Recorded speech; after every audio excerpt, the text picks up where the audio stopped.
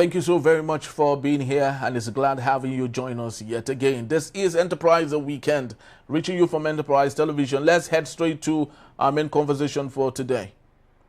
The Senate spokesperson, Yemi Adaramodu, has denied claims that the federal government paid ransom to secure the release of school children recently abducted in Kebbi and Niger states. Speaking in an interview, he stressed that no financial settlement was made to the kidnappers, and also that despite earlier confirmation by presidential aide Bayo Ononuga that security operatives contacted bandits during the rescue of victims in Kwara.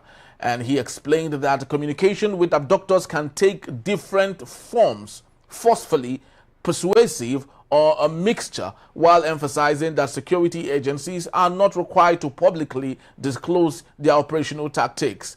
His remark come amid renewed nationwide concern over rising school abduction and the lack of transparency surrounding rescue operations. We still have Doctor. Thank you so very much, Dr. Olanka, for being here. We truly do appreciate you hanging on.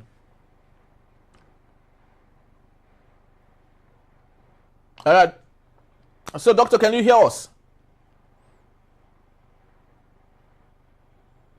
All right, so while we get Doctor... Yes, okay. Yes. Okay, beautiful. Sometimes... Yes, Doctor, I wanted to ask you... Yes, I can hear you. My question actually is... Yes, you are an expert in communication. Doctor, can you hear me? Can you hear me, Doctor? Can you hear me? Hello? Yes, I can hear you very well, but yes, can you hear me? Okay, beautiful. So my question, Doctor, is concerning the federal government saying that they didn't pay no financial whatever to get the abducted school girls out, but rather they engaged in persuasion and some sort of communication form and fashion. You are a communication expert yourself, Doctor. Help us clear the air. In cases like this, especially with terrorism and banditry, is it possible that we can adopt a measure of communication to get bandits to do what we want without necessarily giving them what they want? Is it ever possible in communication?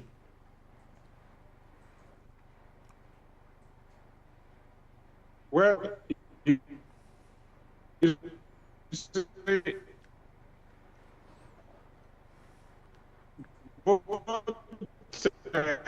our senior colleague, Mr.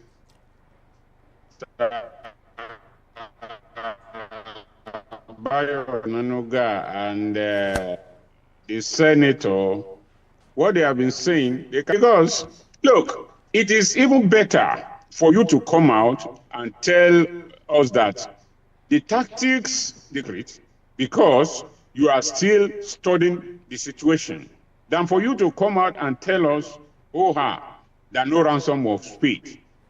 Now, you said the DSS spoke with the bandits. Did they speak with them face to face? Did they speak to them through an intermediary? Did they speak with them by phone or how? Or by telepathy? If any of these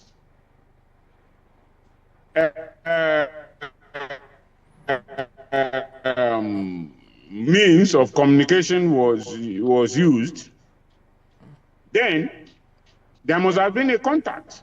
Yeah. When you already contacted them at any telecommunication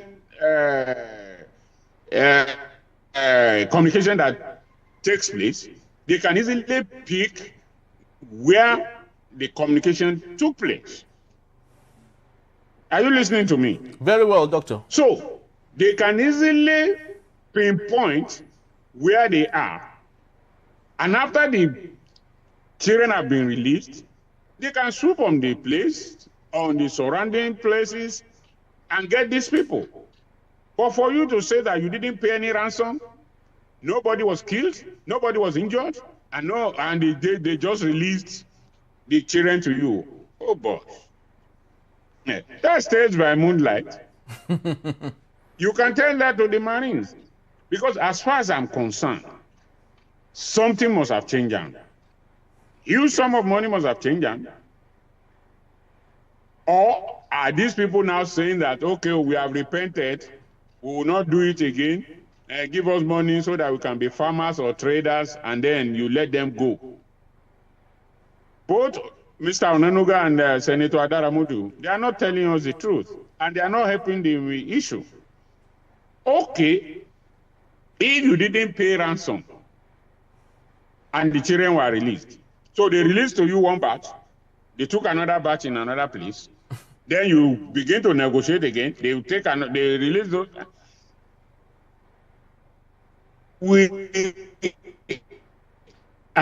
I'm these people.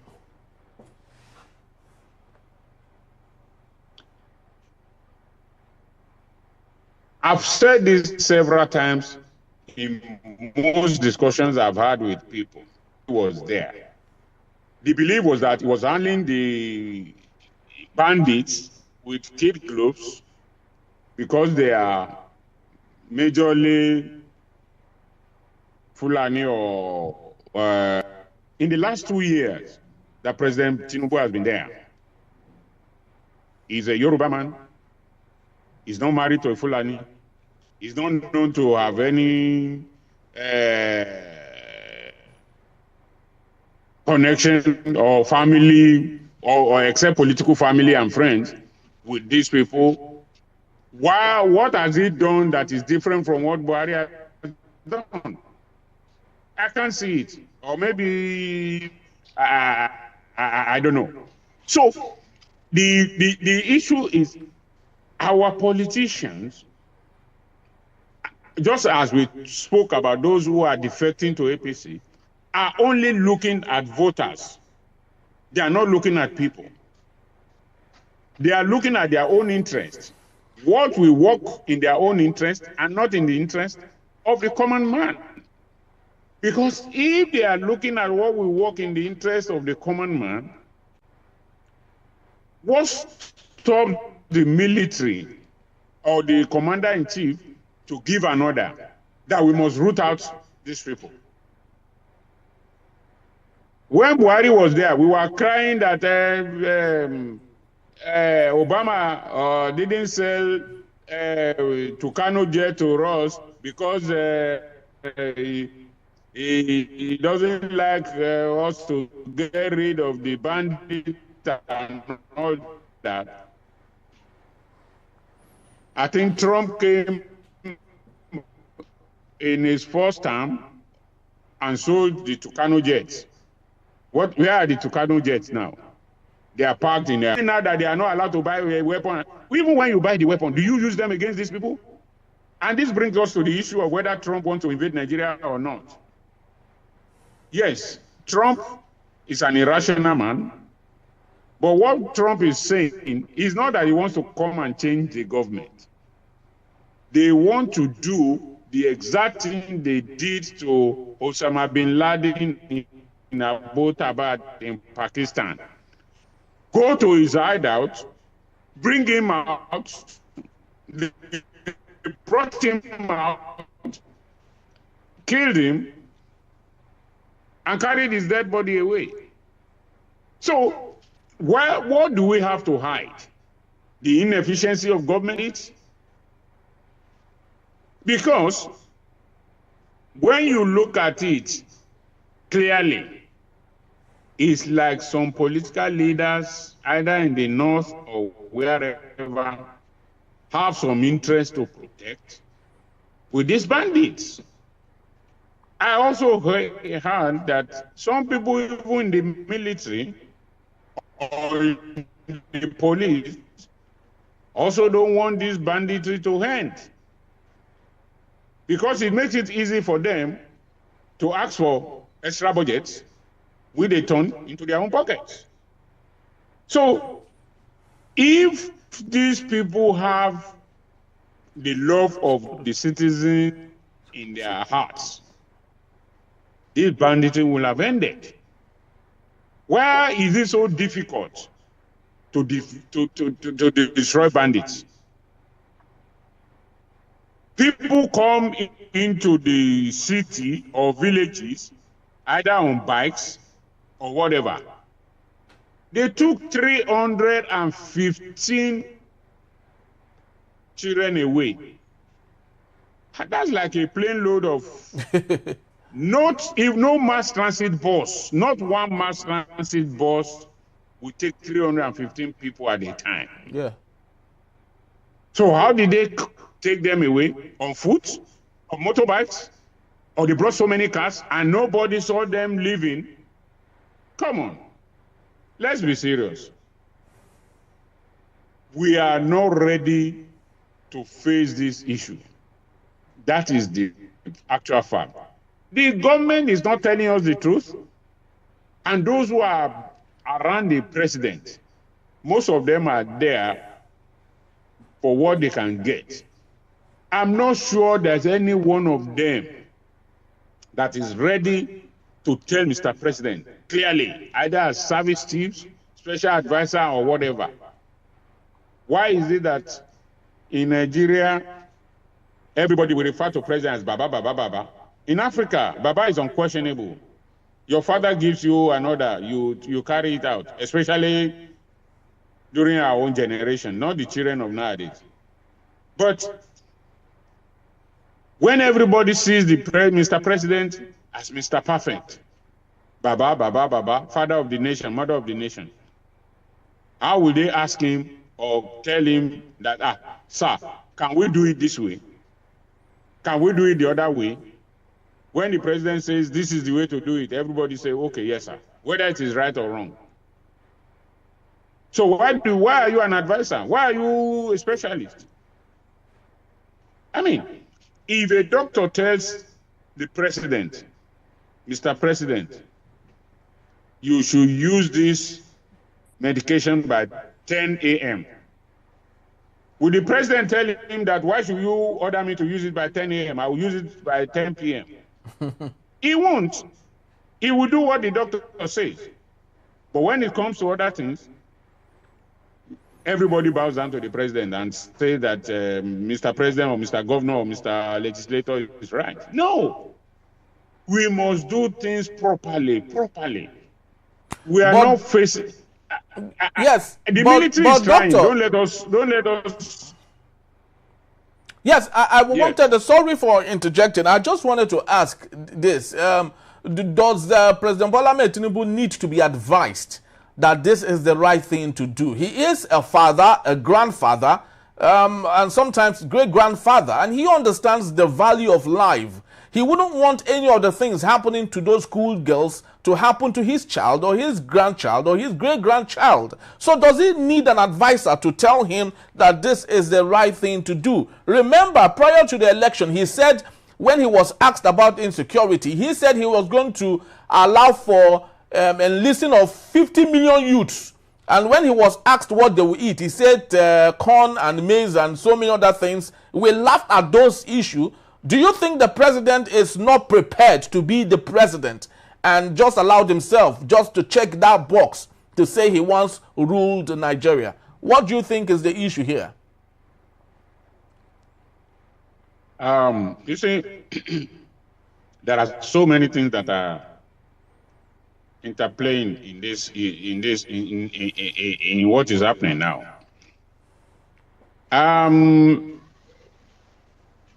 Maybe Mr. President misjudged what is going on at the center, because there's a street saying that if you ever lived in Lagos, you can survive anywhere. So when you juxtapose that with the power, you say if you ever ruled Lagos successfully, you can rule Nigeria successfully. But these are different ball games entirely. And I also think you know, when you are outside the seat of power, it's like being on the spectator side in a football match. And then you see everything. You be dictating to the player, oh, you should have played it this way, you should have played it that way. But when you get to the pitch yourself, the ball is in another, the shoe is on another leg now. So the wisdom that you displayed outside the pitch, you can't display it on the pitch. But be that as it may, I think the president has not acted very fast enough. And just the example you gave, will he want it to happen to his child or his children or his grandchildren and all that? I think all these things are not being taken seriously because it has not happened close to home. You know, when you hear that, 200 people who were kidnapped in Kogi State, it's just statistics to you. In that 200, if your brother, your son, or your sister, or a relation of yours is one, it's no longer statistics to you. Yeah. Because it has gotten home to you. So, most of these people, I think that is what it is to them. It is just statistics. If you watched, I think the House of Rep debate the other day about insecurity, one of the members was kicking against the order that they should withdraw policemen from the VIPs. And he was asking whether they are part of the VIP the president was talking about. And what did he say? He said, we are now under threat of being kidnapped. So they should not withdraw the policemen from us as a member of House of Rep. So you see where we are going. You see what we are talking about. Yeah. They are now saying that they are also targets. So they don't want those policemen to be withdrawn from them.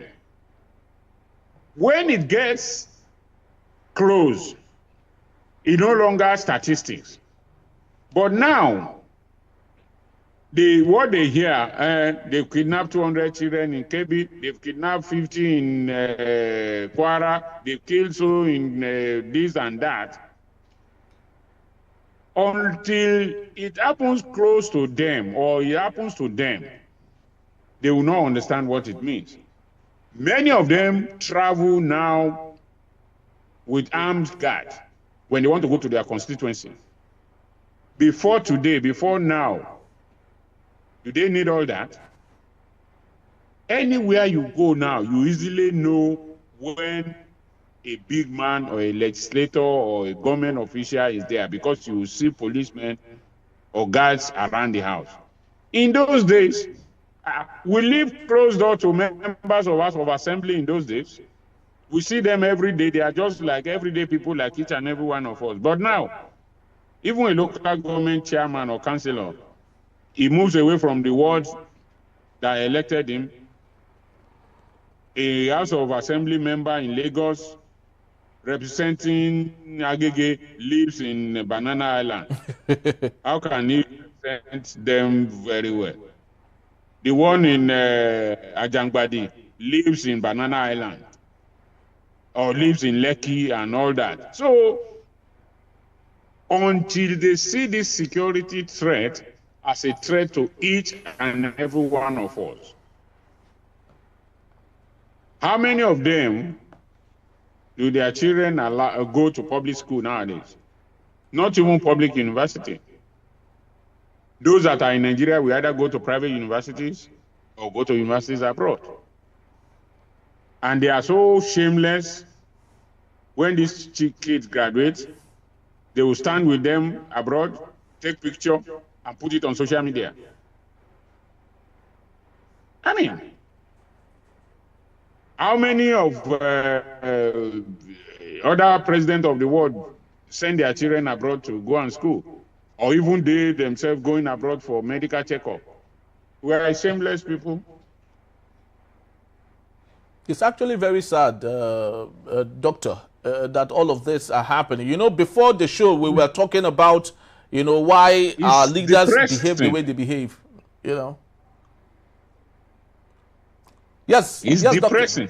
Yeah, it's Depressing. actually very depressing. You know, we're asking ourselves, you know, why our leaders who have traveled far and wide, and they understand some of these things better than us. They have dual placements in different parts of Citizenship. the world, you know, but you see them still behave like like they are one of us, but they are truly not one of us, and all. But way forward, Doctor, how do you think, do you ever think we would ever get to that point in Nigeria where someone would love to travel because it is his passion to travel?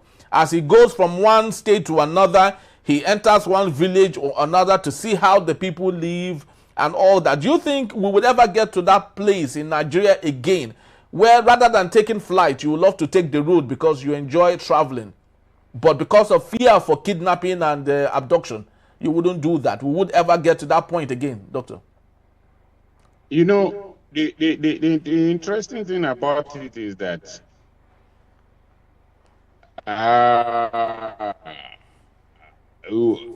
man is built on hope. Hope for the best to keep yourself alive. Yeah. I still believe things can turn around if only our leaders are ready to do the needful. Look, it doesn't take long to change mannerism. What it takes, because I remember in the 80s to 90s, when I was just a junior reporter, journalist in the newsroom, you will have an invitation to come to Abuja.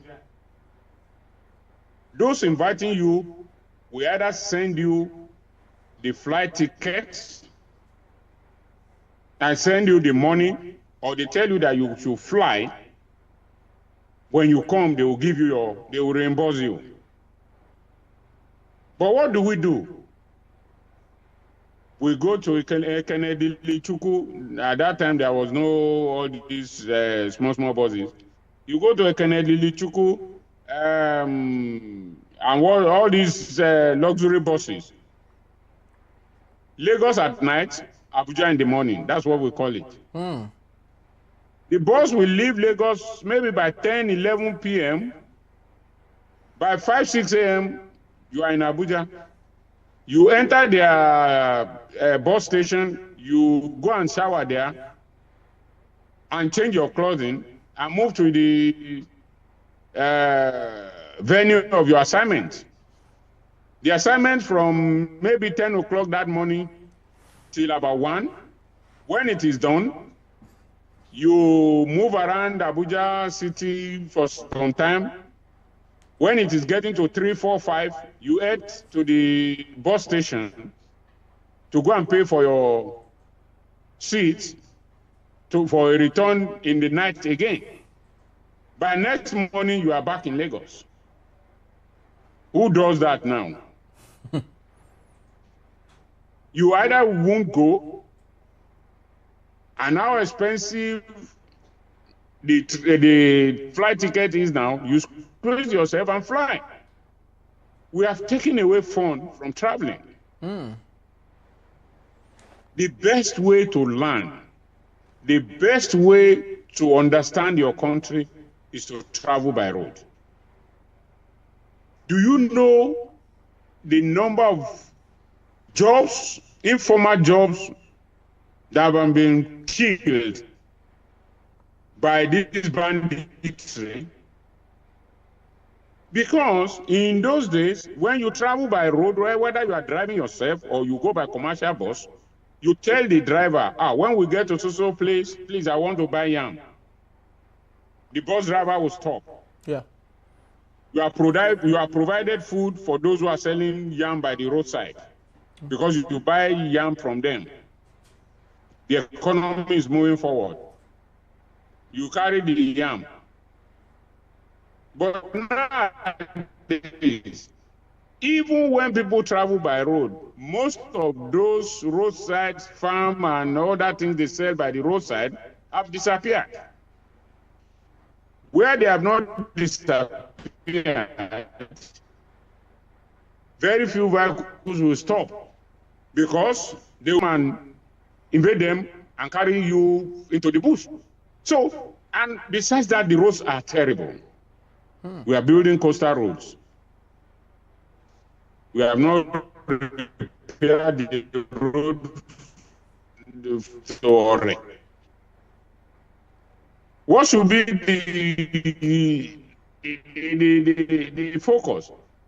The focus should have, okay, now, from Shagamu to Ore to the southeast to the south-south should have been faced before we start building a new road.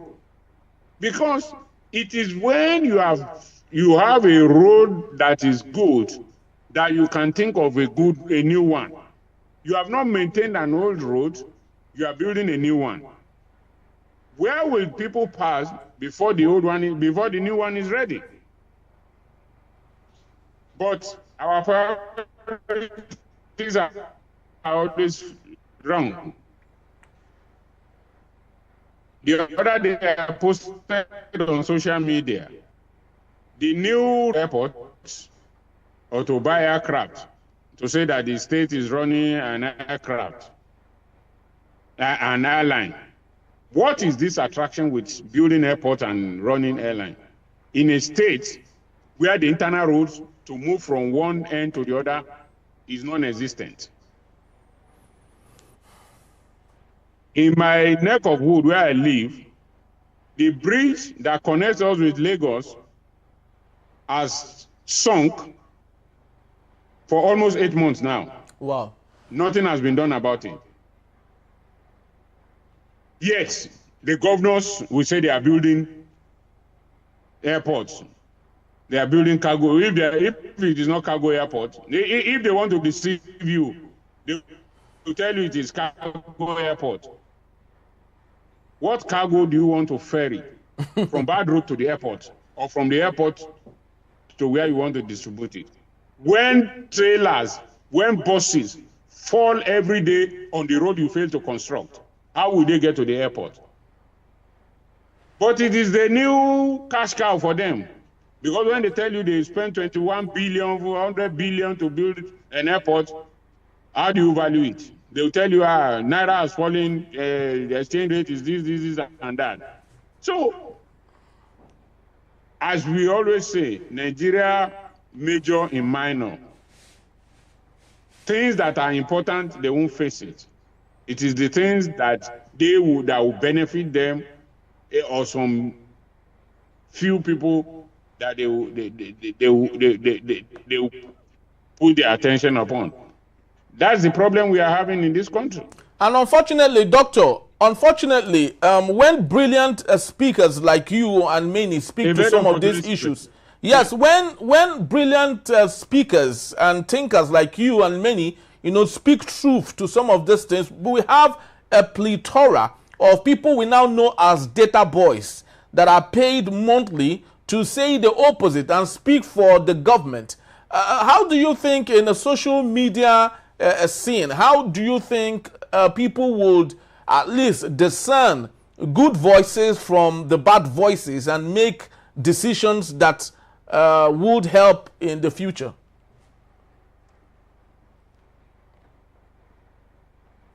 Henry, as an individual, when I'm convinced I've taken a decision that is right, I don't give a damn about social media worms, as Professor Shoyinka described them, all social media militants and bandits who will be abusing you. Because at the end of the day,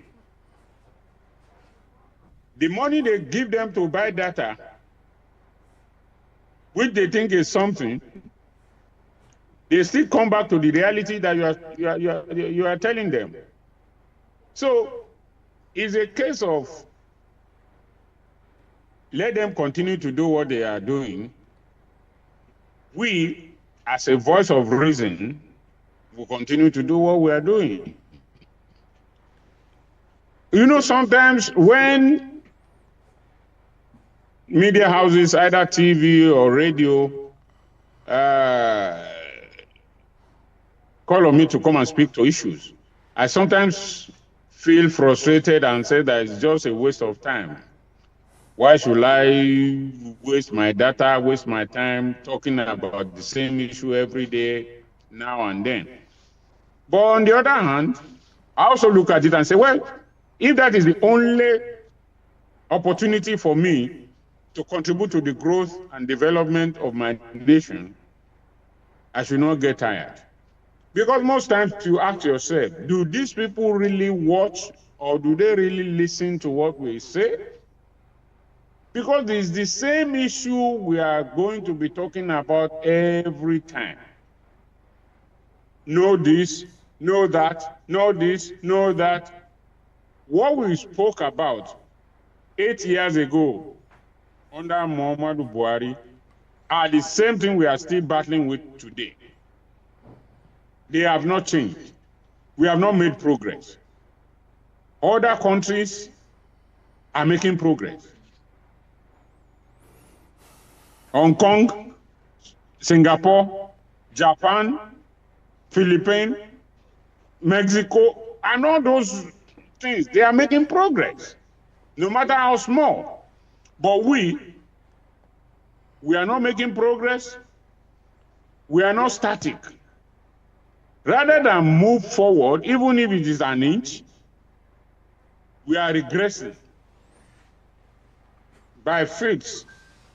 1 foot, 2 feet, 3 feet, 4 feet, 5 feet, we are regressing. So that people we have left behind are meeting us up and even passing us by. Why? Our country is not short of talented people. Why is it that people who are boxed into a corner in Nigeria, immediately they leave, they begin to shine abroad? It is because we have boxed them. Yes, we talk about, and we most times complain our education is bad, our education is bad. But we see Nigerians leave this bad education system, they go abroad and they shine. Because they have been so repressed, and where they get to a place where everything works, they blossom. Our leaders see all this. When presidents travel, when governors travel, they meet their Nigerians abroad, they talk to them, they come back home, do this, do that. Those of them who want to come back home, is it the same exposure to banditry and so on that they want to come back home to? No. Nobody wants to live in a place where his mind is not at rest. Even if you are earning a little dollar and you know your mind is at rest, you prefer it than coming home where your mind is not at rest. So we must change this country. And the way to change it is to always tell them the truth. When they are in power, they say a different thing. When they get out of power, they get wiser and begin to talk. What they didn't do when they were in power, they will be talking about it. But you had the opportunity to change Nigeria, you never changed it. Now, before today, the president was always talking about true federalism, true federalism. In the last 2 going to 3 years that he has been there, what has he done that demonstrates that he wants to really practice that true federalism? Yes, you might say that the states are getting more money. Is that true? The true federalism we have been talking about? The states are getting more money and the citizens are getting poorer and worse. Is that the kind of federalism we want? You say we should talk to our governors and all this and all that. What has changed? Nothing. The governors are getting more money, the citizens are getting poorer and suffering more. So those of them who are close to them now say that he wants the true federalism issue will come during his second term.